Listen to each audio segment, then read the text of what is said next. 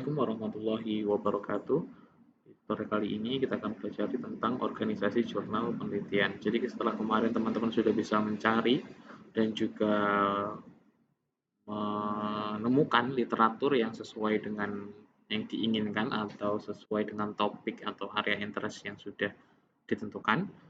Nah, kali ini jurnal-jurnal tersebut atau literatur tersebut eh, dimasukkan atau dikelola secara baik di tulisan teman-teman. Misalkan nanti dalam sebuah kasus teman-teman menyusun sebuah karya ilmiah atau skripsi mungkin nanti bisa setelah mencari literatur kemarin sudah tahu sumber-sumbernya yang kredibel, kemudian juga bagaimana cara mendapatkan jurnal-jurnal dan juga tulisan-tulisan yang berkualitas, nanti kedepannya akan dimasukkan atau disitasi ke dalam tulisan teman-teman. Ketika memang ada atau sebuah masalah itu muncul tentu berdasarkan penelitian-penelitian yang sudah dilakukan sebelumnya.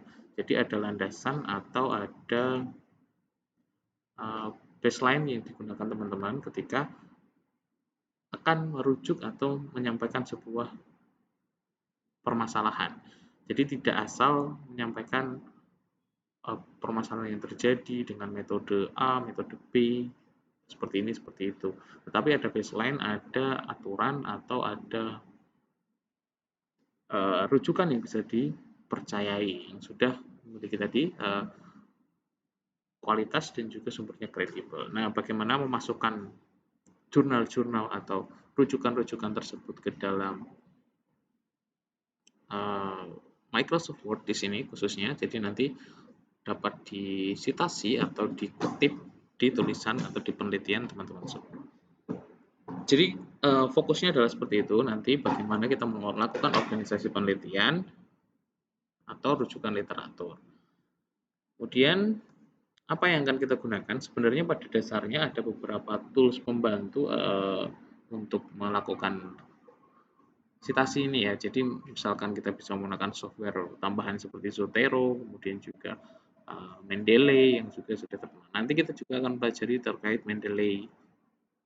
Bagaimana menggunakan Mendeley, mengorganisasi jurnal untuk menggunakan Mendeley nanti lebih mudah. Tapi kita akan pelajari terlebih dahulu yang sudah ada, yang sudah include di Microsoft Word itu, kita bisa gunakan citation and bibliography yang sudah ada. Nah, di mana kita bisa menemukan itu? Kita bisa menemukannya di menu reference. Kemudian kita pilih manage source. Nah, nanti kita kali ini kita pahami dulu cara memasukkan ke dalam manage source-nya. Kemudian kita merujuknya atau mengutipnya di dalam tulisan. Nah, di sini sudah saya sertakan langkah-langkahnya, nanti bisa disimak dan juga dipelajari. Nah, nanti akan juga kita praktekkan secara langsung bagaimana kita melakukan atau mengelola jurnal dan juga rujukan literatur itu di dalam Microsoft Word. Oke, mungkin langsung kita saja praktekkan. Sebelumnya, nanti teman-teman bisa mencari jurnal atau e-book ya, yang dimasukkan ke dalam manage source masing-masing, satu buku, misalkan dengan 3 jurnal yang dapat diakses kemarin, seperti DOAJ, Sintas, Science Direct, dan juga Google Scholar. Nah, saya akan contohkan bagaimana cara untuk kita mengutip atau memasukkan ke dalam Microsoft Word. Kita buka dulu di Microsoft Word-nya. Nah, di mana menu yang kita bisa gunakan yaitu di tab Reference.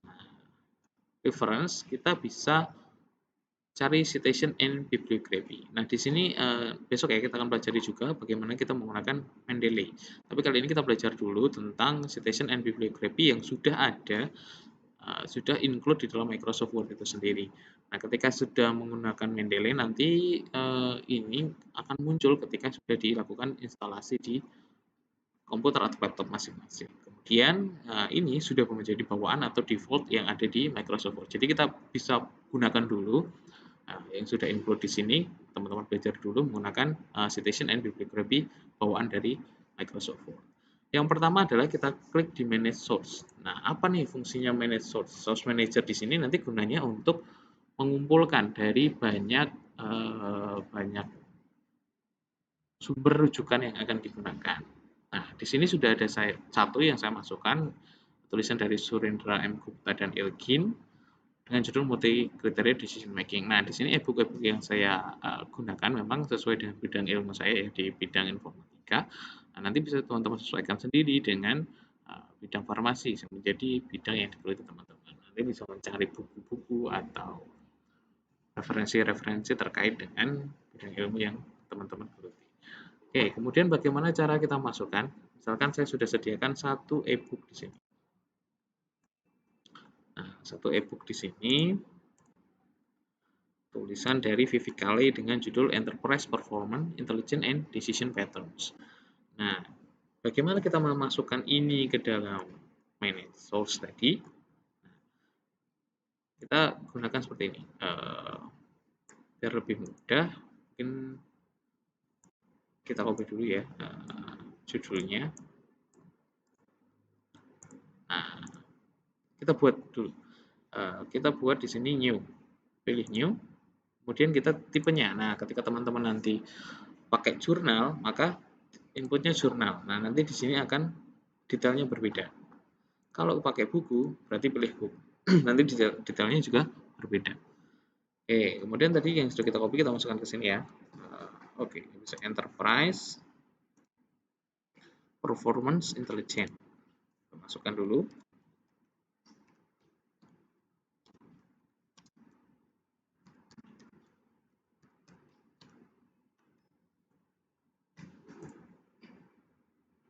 And decision patterns.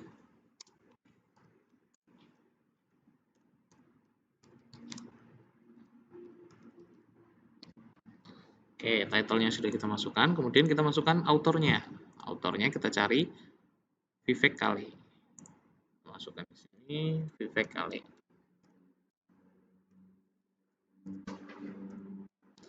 Oke, kemudian kita cari tahunnya. Tahun berapa e-book ini diterbitkan. Biasanya tahunnya adalah di sini. Ya, di sini ada tahun 2018. Kemudian kita juga kemungkinan kalau ada kotanya, kita bisa tambahkan juga. Tapi kalau kita tidak menemukan kotanya, tidak apa-apa. Nanti yang inti adalah di tahun, judul, autor, dan sebagainya. Kita coba cari dulu.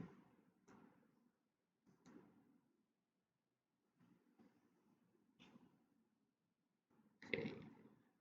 Ini tidak jelas ya secara detail. Dan kita masukkan publishernya. Tadi kita publishernya adalah CRC Press. Tekan CRC Press. Nah, seperti ini saja sudah bisa teman-teman. Jadi ketika sudah, jadi kita melakukan pemetaan ya dari e-book atau dari tulisan atau rujukan yang sudah kita temukan tadi di minggu kemarin sudah kita bisa lakukan.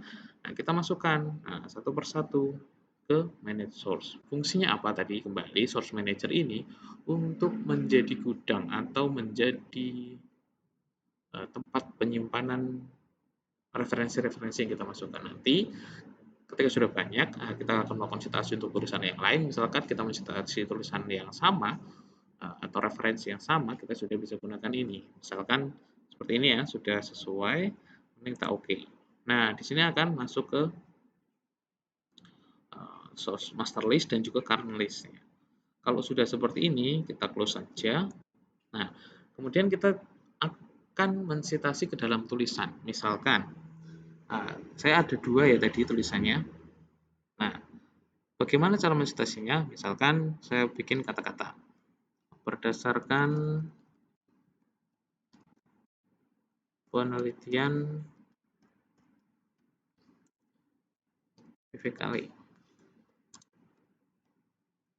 Hasilnya bla bla bla. Ini biasanya teman-teman akan lakukan di rujukan penelitian atau di tinjauan pustakanya.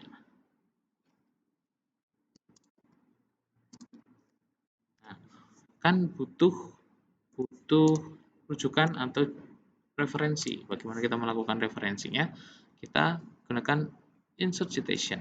Nah, di sini nanti kalau sudah dimasukkan tadi ke manage source akan muncul di sini dari Vivica-Ley dan juga tadi Surendra M. Gupta yang sudah saya masukkan. Nah, misalkan ini adalah penelitian Vivica-Ley, maka kita lakukan rujukan di sini. Kita klik. Nah, nanti sudah dia merujuk ke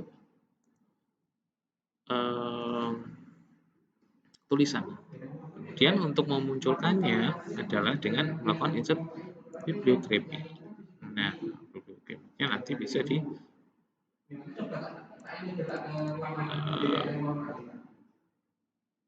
untuk melakukan citasi.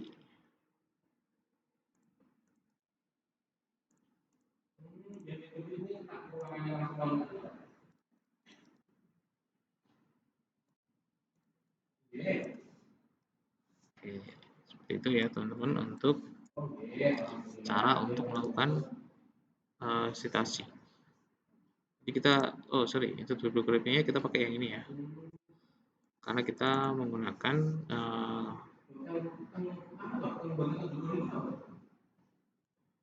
bibliografinya kita gunakan yang ini. Nah, seperti ini. Ini yang ada di daftar, jadi semua bisa kita masukkan. Misalkan seperti itu. Oke, caranya seperti itu. Tadi kita bisa gunakan cara atau menggunakan bantuan tools dari Mendeley. Nah, itu akan kita pelajari di pertemuan yang akan datang. Untuk saat ini, nanti teman-teman bisa melakukan insert di manage source tadi, di source manager, kemudian nanti bisa dilakukan citasi ke dalam tulisan. Oke, mungkin seperti itu saja untuk tutorial praktikum kali ini. Silakan untuk dapat dipelajari dan juga mencari jurnal atau literatur yang bisa dimasukkan ke dalam tulisan atau menjadi sumber literatur. Oke, dari saya cukup sekian. Mohon maaf jika banyak kesalahan. Semoga dapat menjadi tambahan insight yang bagus untuk teman-teman semua. Saya akhiri. Terima kasih. Wassalamualaikum warahmatullahi wabarakatuh.